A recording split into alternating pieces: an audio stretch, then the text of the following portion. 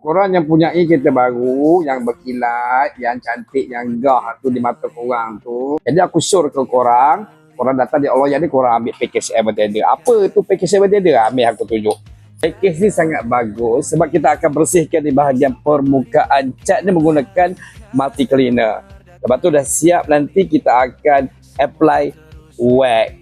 Cukup. Berkilatlah kita korang tu, bertahan lamanya 2 bulan, 3 bulan.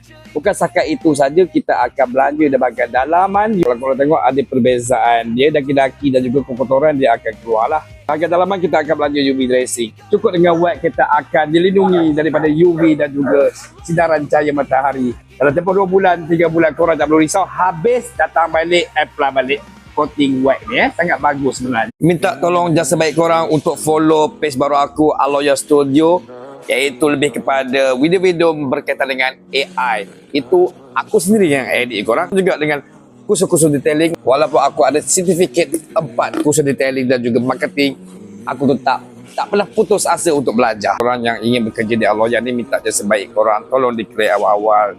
Jangan terlalu tinggi sembangnya. Kalau tak tahu cakap tak tahu.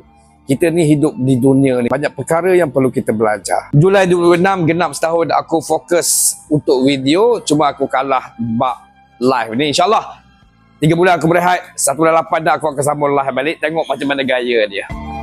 Hey, korang dah pernah sampai ke Aloya ke belum? Kalau belum korang kena datang cuba, walaupun sekali. Yang datang jarang kecewa.